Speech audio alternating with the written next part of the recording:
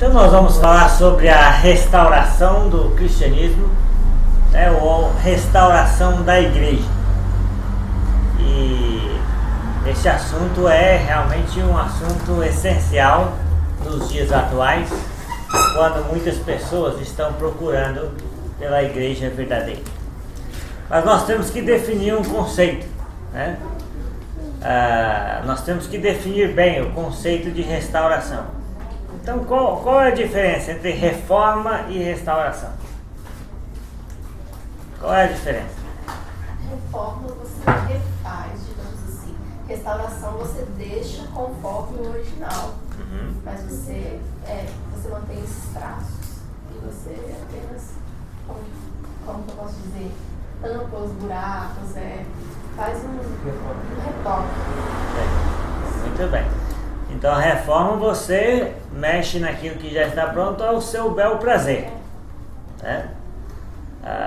Você pode adicionar ou pode tirar, né, de acordo com a sua necessidade, né? Você modifica aquilo que já existe atualmente e transforma em outra coisa que você quer. Então a reforma é diferente de restauração, porque a restauração é você voltar ao estado original daquela coisa, né?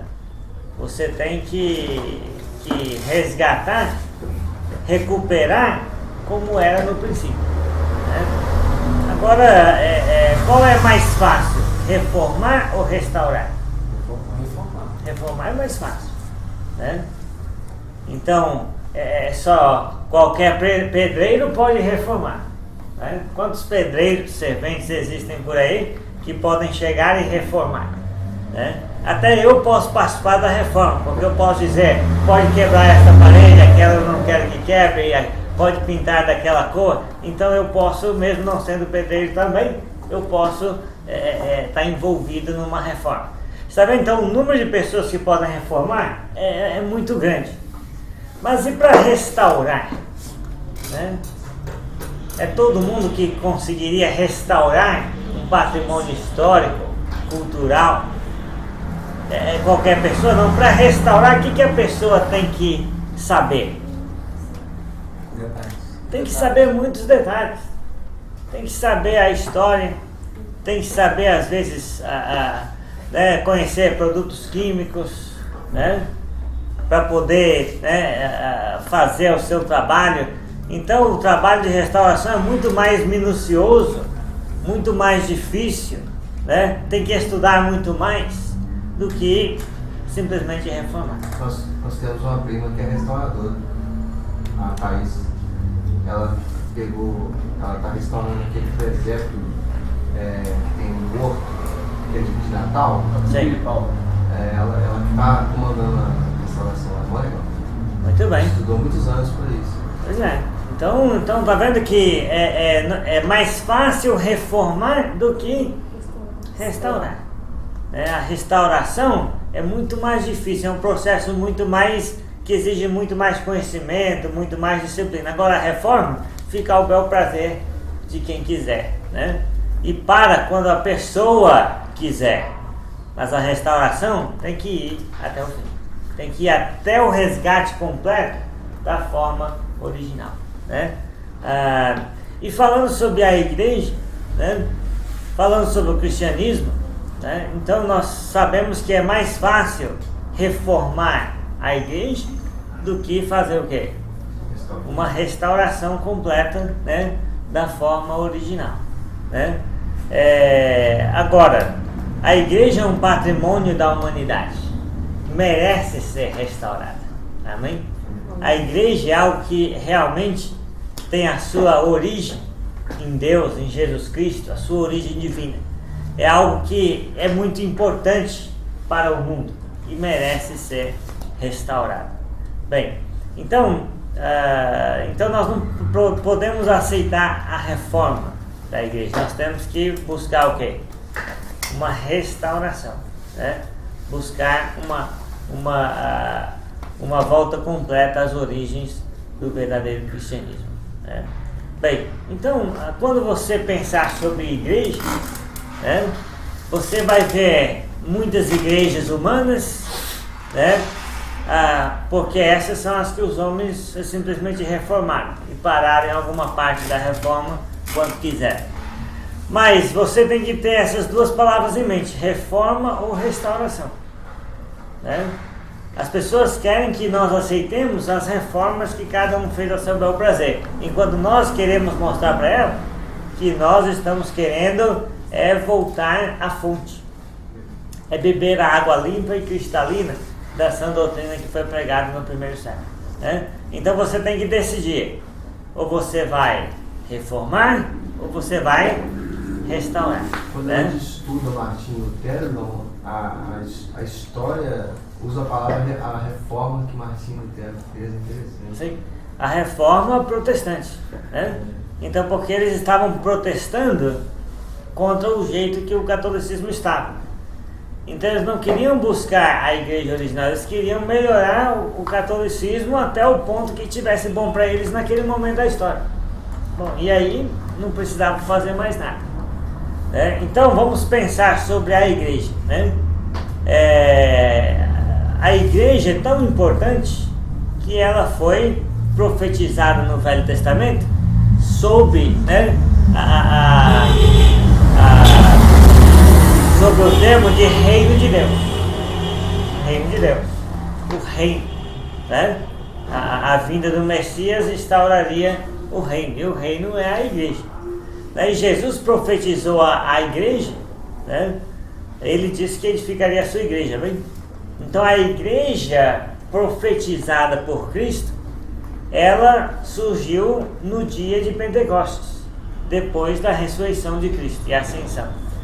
Quando o apóstolo Pedro pregou e quase 3.000 pessoas foram batizadas.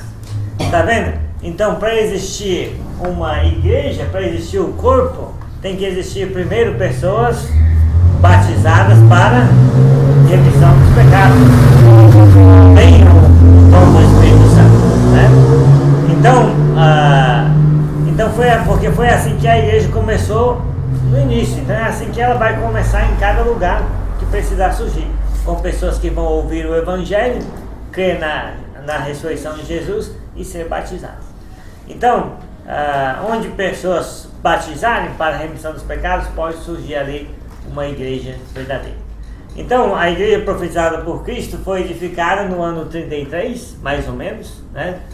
Depois de Cristo, quando o apóstolo Pedro pregou junto com os 11 e quase 3.000 pessoas foram batizadas, né? E então a igreja não começou depois disso. Então às vezes a pessoa pergunta, né, pra gente: de qual igreja você é? Então nós falamos: pertencemos ao corpo de Cristo, à família de Deus, né? E ela pergunta assim: mas qual é o nome? Bem, aí você diz: não tem um nome específico, né? A Bíblia fala várias descrições do que é a igreja, como Deus se relaciona com ela: igreja de Deus, igreja de Cristo, porque Deus é o dono da igreja dele e Cristo é o cabeça da igreja dele. Aí a pessoa pergunta, né: essa igreja é nova, né? Aí eu digo: sim, ela tem uns 2.000 anos, né? Então quer dizer, por quê? Porque a pessoa tem essa reação quando ouve da igreja verdadeira? Porque ela só conhece denominações. Ela não entende a necessidade, né, que existe de resgatar a igreja original, né, de ser a igreja original, de ser a igreja que Cristo realmente edificou. Então a igreja surgiu no ano 33, em Jerusalém, quando o Espírito Santo desceu sobre os apóstolos e a mensagem de salvação foi pregada e as pessoas aderiram a essa mensagem de salvação. Amém? Então, durante o primeiro século, qual é a doutrina que a igreja obedecia? A doutrina dos apóstolos, a sã doutrina, né? Mas antes dos apóstolos morrerem, eles predisseram, eles disseram antecipadamente que haveria uma divisão no cristianismo, que haveria um desvio, uma apostasia dos ensinamentos bíblicos, né? E advertiram para que, se era inevitável. Advertiram para que aquelas pessoas que ouviram pudessem ficar firmes, enquanto todos se desviassem, eles não.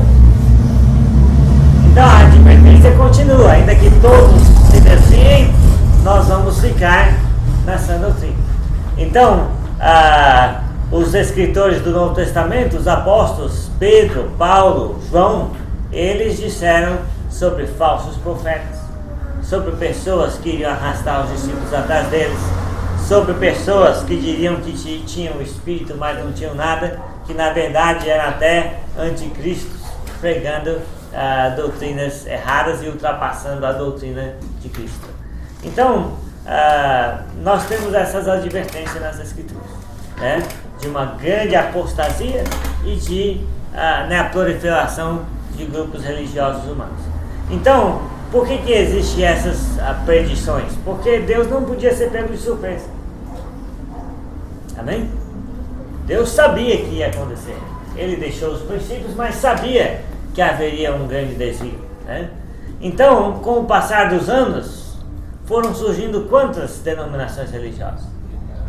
Depois da igreja verdadeira que Cristo edificou? Milhares, centenas, né? Então, o que nós vivemos hoje é um estado de confusão atual, né?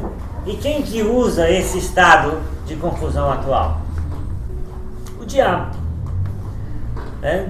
O diabo usa esse processo de divisão, o diabo usa essa confusão atual de uma maneira tão eficaz que para quem quer tornar-se simplesmente um cristão, qual é a difícil tarefa que a pessoa tem que fazer? Mas às vezes a pessoa, né, ela acha que ela tem que escolher uma igreja, né?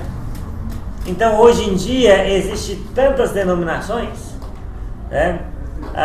Cada uma diferente das outras e todas elas diferentes da Bíblia, né? E todas dizendo que todas são erradas e só uma delas é certa, né?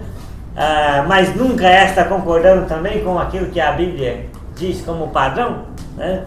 Que os membros dessas denominações, eles se insistem de chamar-se cristãos, né? Mas eles são cristãos e mais alguma coisa: cristão batista, cristão metodista, cristão quadrangular, cristão presbiteriano, cristão Jeová, né? Então eles são, na verdade, pessoas que insistem em se chamar cristãos, mas, né, mantendo aí doutrinas, tradições humanas que nada aproveita a não ser para a divisão maior ainda das pessoas que querem ser cristãos. Então o diabo usa esse processo de divisão de uma forma tão eficaz que a pessoa fica confusa. E ela pensa que ela tem que decidir qual a igreja ela tem que escolher, que a igreja se torna uma opção dela. A igreja não é mais o plano de redenção da humanidade, se torna a opção da pessoa. Porque com tanta variedade, né? Então a pessoa acaba escolhendo participar, de qual igreja participar, baseado em suposições superficiais. A pessoa toma a sua decisão baseada em condições superficiais, né? Por exemplo, a pessoa escolhe um local próximo. Aqui é mais perto para eu reunir, eu não preciso pagar passagem, eu não preciso gastar gasolina, né? Então é uma decisão baseada na superficialidade. Outras pessoas decidem participar de uma denominação ou grupo religioso porque lá tem músicas lindas, né? E como isso atrai as pessoas? As denominações que mais desenvolveram a música são denominações muito grandes, né? Aí tem orquestra, tem balé, tem coreografia, né? Tem as moças dançando lá, os caras tudo olhando, né? E aí o cara falou: opa, aqui que eu quero ficar, né? Porque, né, as músicas são tão lindas, né? Mas a pessoa não entende, né, como é a adoração em espírito e em verdade. Na verdade, ela não entende que aquilo é uma expressão da sua carnalidade, né? É a carne que está sentindo bem com Você note bem quantas pessoas estão aí no carnaval, né? Por causa da música, estão no balanço, estão no ritmo, né? Lá perto da minha casa tem casa de show, então tá assim, ó. Então se as denominações se transformam em casa de shows, obviamente elas terão muitos adeptos, né? Então a pessoa vai decidir participar de uma denominação por causa das músicas lindas, por causa do local próximo, né? Ou por causa de pregadores eloquentes, né? Ah, se naquela denominação tem um homem que fala muito bem, fala com erudição, fala alto, bate na mesa, né? E tal, né? Então é para lá que nós temos que ir, né? E aí a pessoa então às vezes até pergunta, né? Quem que é o seu pastor? Aí a pessoa então, né, tem que falar o nome de um homem, porque ela está se identificando com um cara que ela acha que prega bem, que é bom. Às vezes um denominacional chega para o outro e fala, você precisa ouvir o pastor fulano e tal, você precisa ir lá para ver ele, né? Por quê? Porque ela participa de um grupo religioso que faz a sua decisão baseada na superficialidade, né? Esse pastor, esse João, quem que é ele? Pois é. O pastor é Jesus, é bom que tá gravando aí para todo mundo saber. Semana passada eu tive essa pergunta, me perguntaram. Aí você falou para ele não é pastor, não, o pastor é Jesus. Ele é ovelha. Né? Ele tem prazer de ser ovelha, né, de Jesus. Né?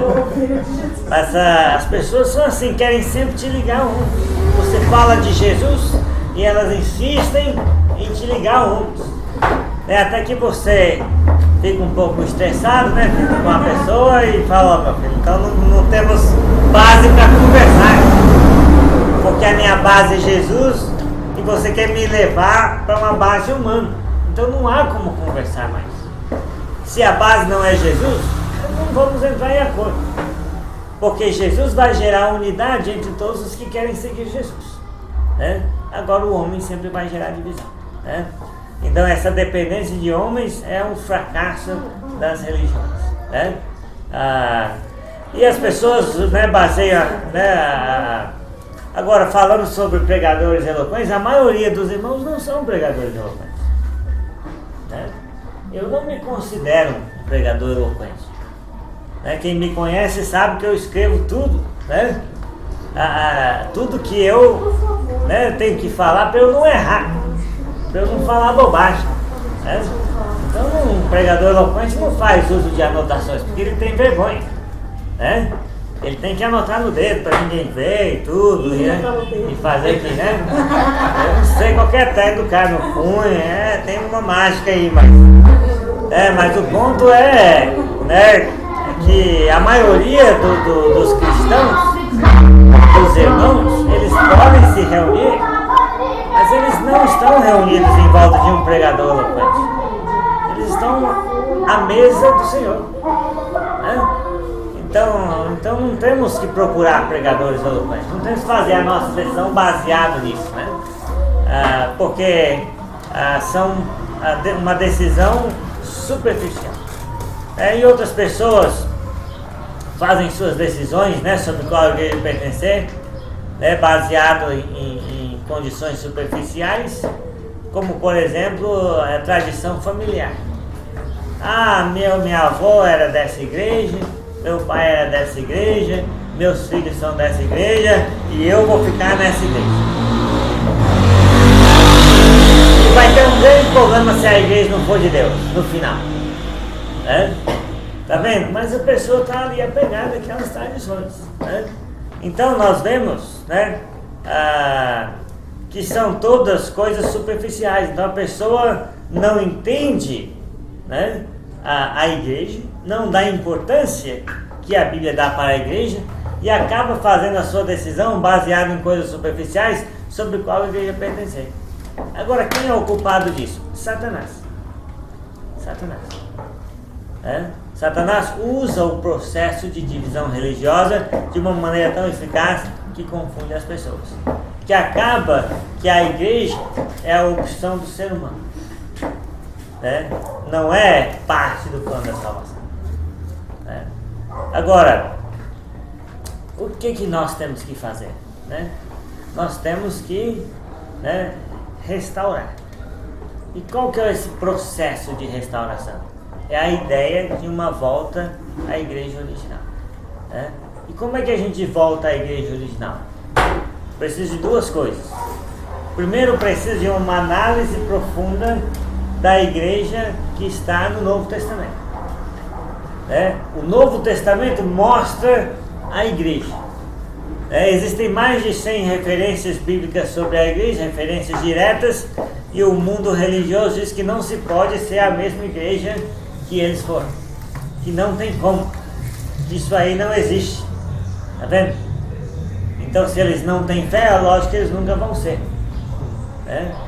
Porque se a igreja é um tema tão importante no plano de redenção, então Deus deixou informações suficientes para você saber identificar qual é a igreja verdadeira. Amém? Deus não seria tão ineficaz no sentido de comunicar a sua vontade sobre os assuntos essenciais para a unidade do seu povo no mundo inteiro. O homem cria a divisão e ele se justifica dizendo que não é possível, através de Deus, conhecer a verdade. Isso é uma pena, é uma lástima. Então nós temos que voltar à igreja original. Agora, esse processo de restauração é constante. Por quê? Porque nós sempre vamos ter a tendência de desviar do padrão bíblico.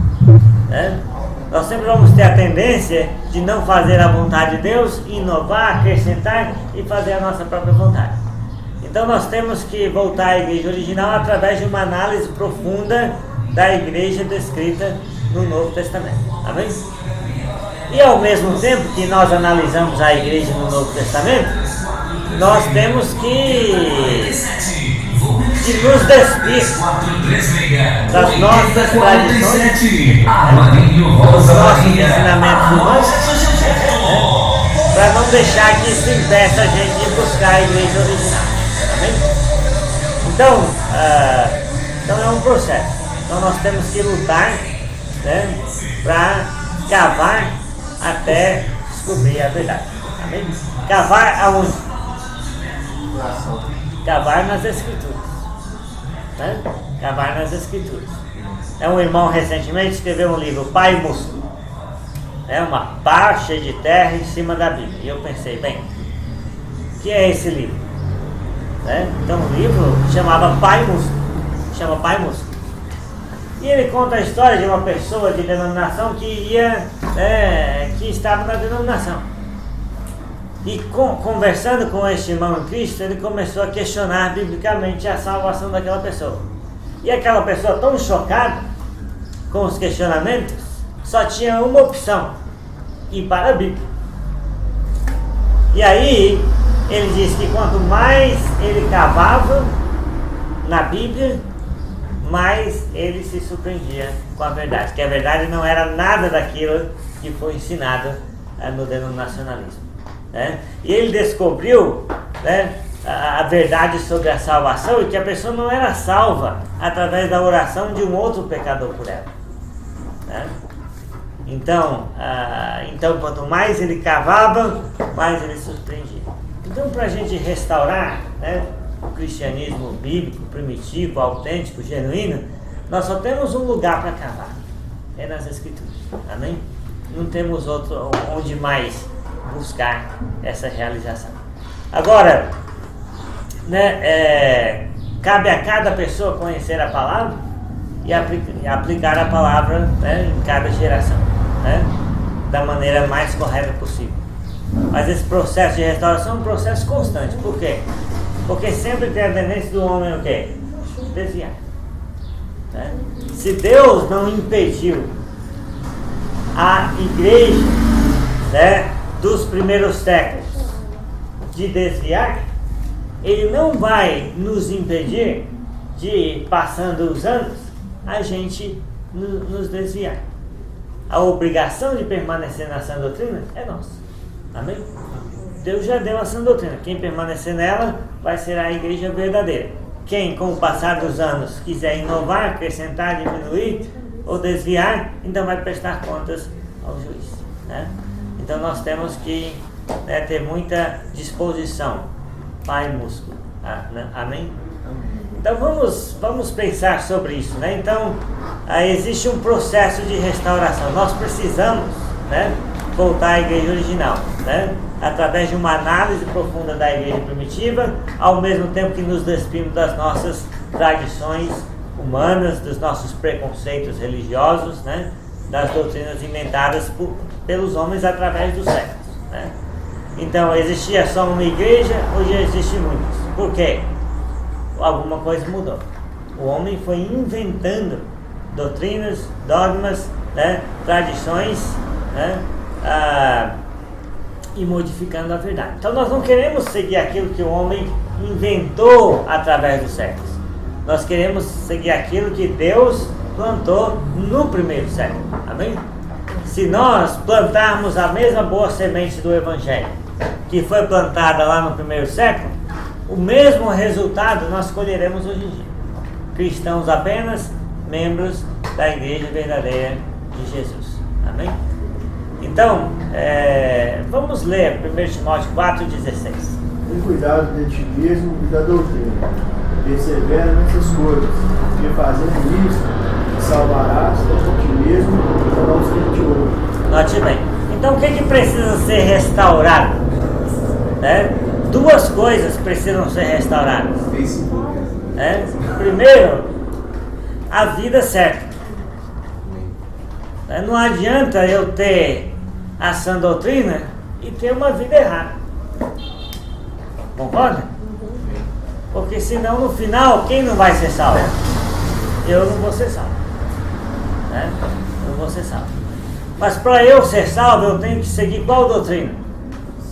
A sã doutrina.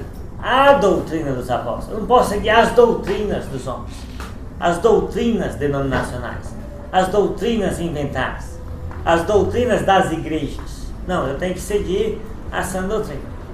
Então, note bem, a pessoa precisa ter uma vida certa. Ela precisa continuar amando Jesus Cristo, se esforçando para cooperar com o Espírito Santo, para que ela tenha o fruto de amor, alegria, paz, bondade, longanimidade, benignidade, fidelidade, mansidão, domínio próprio. Tem que crescer em toda a humildade. Então isso é a vida certa.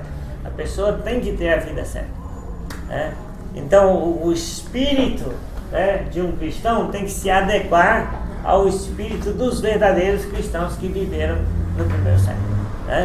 Então, nós temos que aplicar corretamente a sã doutrina em nossas vidas. Aí nós vamos ter uma vida certa. Amém? Então, nós temos que restaurar a vida certa. Não é só restaurar a forma da igreja primitiva, mas é restaurar aquele mesmo espírito. Como o Vitor tem falado bastante esses últimos dias, negar a si mesmo, perder esta vida por amor do Evangelho verdadeiro, para ganhar a próxima. A gente tem que ter essa disposição. Temos que cuidar de nós mesmos. Amém? Então temos que ter cuidado com nós mesmos e com o que mais? Com a doutrina. O que as igrejas dos homens falam sobre a doutrina? Não importa a doutrina, é o diabo falando mesmo, porque a Bíblia fala que tem que cuidar da doutrina. Deus manda você ter cuidado de uma coisa e o diabo diz não importa com aquilo que Deus mandou você ter cuidado.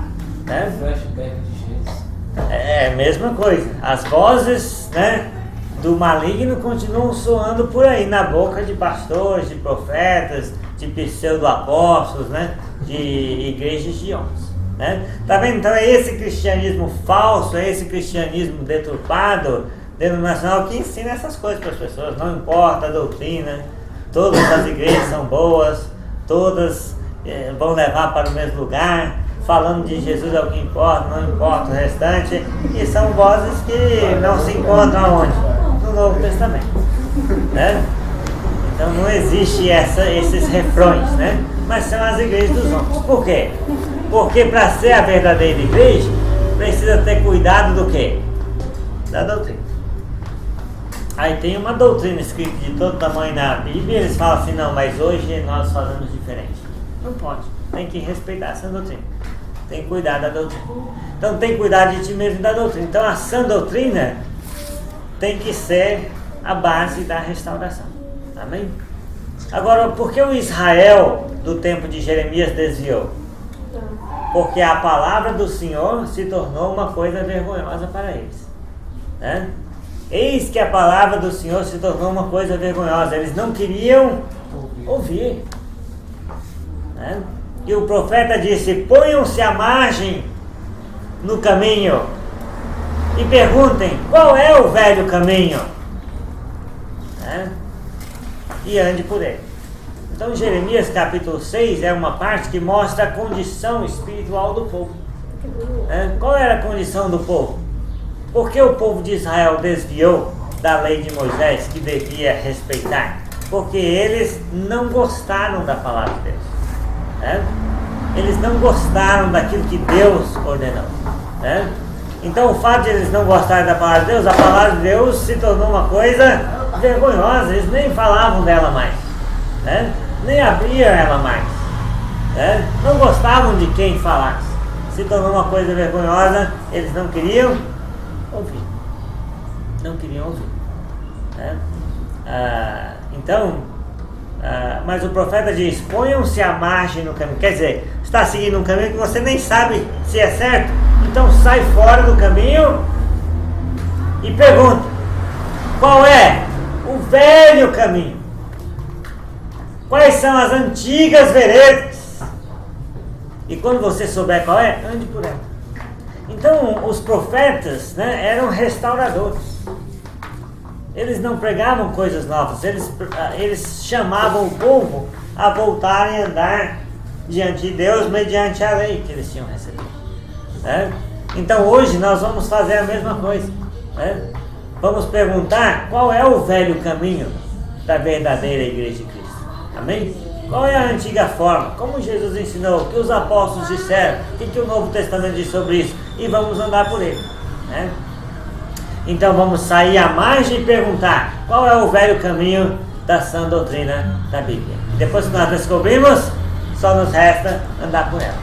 Então essa restauração da igreja bíblica inclui o plano de salvação, o batismo bíblico, inclui a adoração verdadeira, em espírito e em verdade, sem os instrumentos musicais, como a igreja primitiva praticou até o 6º e 7º século, né? Inclui a organização da igreja. Quem é o cabeça? É Jesus. Qual é o fundamento? É os apóstolos e profetas do Novo Testamento, né? E os servos da igreja? Todos são servos, presbíteros, diáconos, evangelistas, mestres, irmãos que ensinam, cada um com seu dom distribuído por Deus, né? E o trabalho da igreja não é ser uma empresa, é pregar a mensagem. A missão da igreja é pregar a palavra. Não tem outro trabalho para a gente fazer ou se dedicar mais, né? E o papel das mulheres na igreja? Bem, as mulheres têm um papel fundamental no crescimento da igreja, né? Mas tem limitações bíblicas muito claras para o exercício do seu serviço a Deus. Enfim, então inclui essas coisas, né? Por que inclui essas coisas? Porque isso que era a forma da igreja primitiva. Quando você sabe, né, as características da igreja que Jesus edificou, então você vai saber identificar se você está na igreja certa, de Deus, ou se você está na igreja errada, de homens.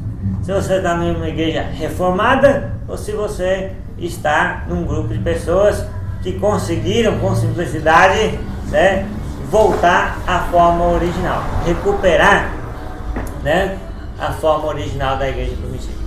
Então nós costumamos dizer, né, que o que nós precisamos para a restauração? Amor.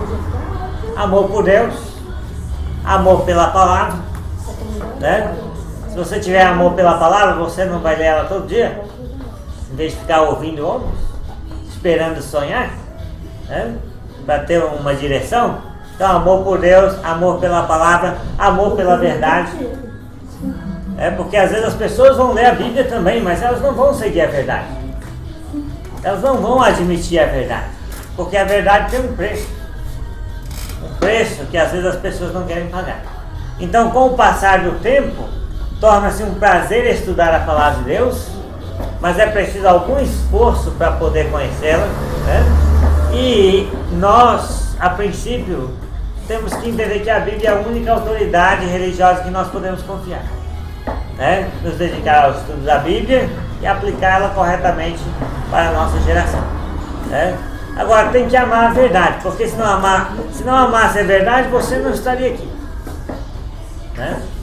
Porque muitos conhecem a verdade, mas a ignoram. Muitos conhecem a verdade, porque inclusive você já falou para ela muitas vezes, para essas pessoas, mas não querem obedecer. Não resiste à forte tentação de no final fazer a sua própria vontade, né? Então muitos conhecem a verdade, mas não querem cumprir. Então nós temos que ser guardiões da sã doutrina, amém? E fazer a vontade de Deus e nos mudar a nossa vida e não mudar a palavra de Deus, né? Mas a pessoa que não ama a verdade, ela tenta mudar a palavra de Deus, dizendo que Deus não diz, usando a palavra, ao invés de mudar o quê? Mudar a sua própria vida, o seu próprio comportamento, né? Nós precisamos amar os irmãos, né? Porque a igreja são pessoas salvas, né? Dificilmente uma pessoa vai ser salva numa igreja errada, né? Mas nós precisamos então amar os irmãos e contar uns com os outros na caminhada, porque nem sempre a caminhada é fácil. E nós precisamos amar os perdidos, né? Então é possível ser salvo numa igreja errada? Bem, essa é uma pergunta difícil para nós seres humanos respondermos. Mas o fato é que você lutando pela igreja original, né, a possibilidade de você ter a salvação é imensamente maior. Amém? Por exemplo, da água contaminada. Sim, né? Eu escolhi essa ilustração para a gente terminar e concluir, né? Porque o Paulo está falando que lá as margens, né, de um rio, toda a cidade bebia da água daquele rio, né?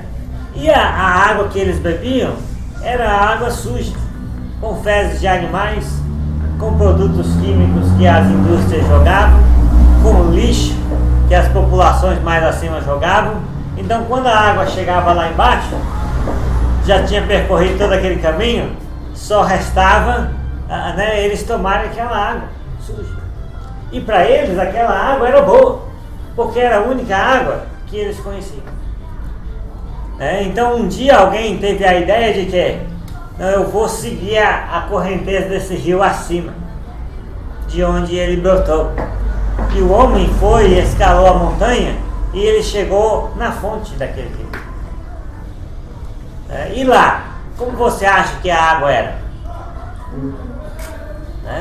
Água pura, cristalina, que em nada fazia mal para a pessoa.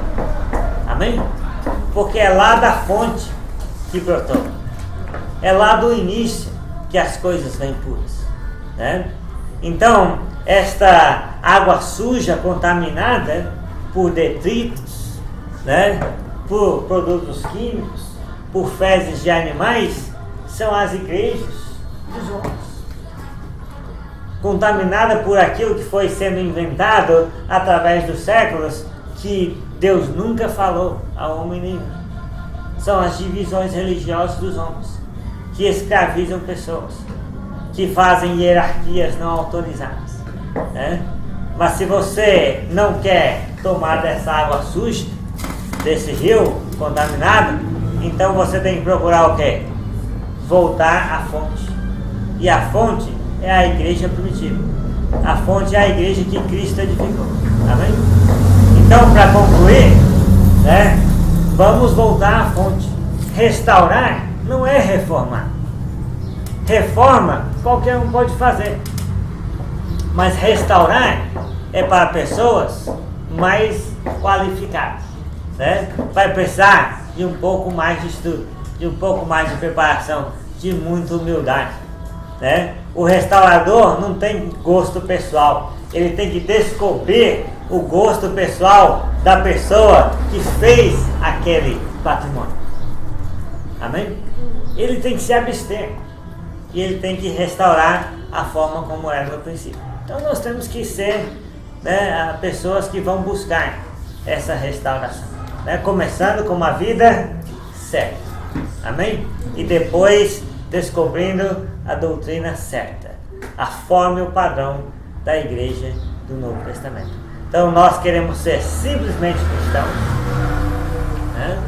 Não queremos ser cristãos batistas, metodistas, presbiterianos, católicos, testemunhos de Jeová, quadrangular, retangular, circular. Não, nós queremos ser cristãos apenas, discípulos de Jesus. Amém? Porque a boa semente que foi plantada no primeiro século produziu apenas cristãos, né?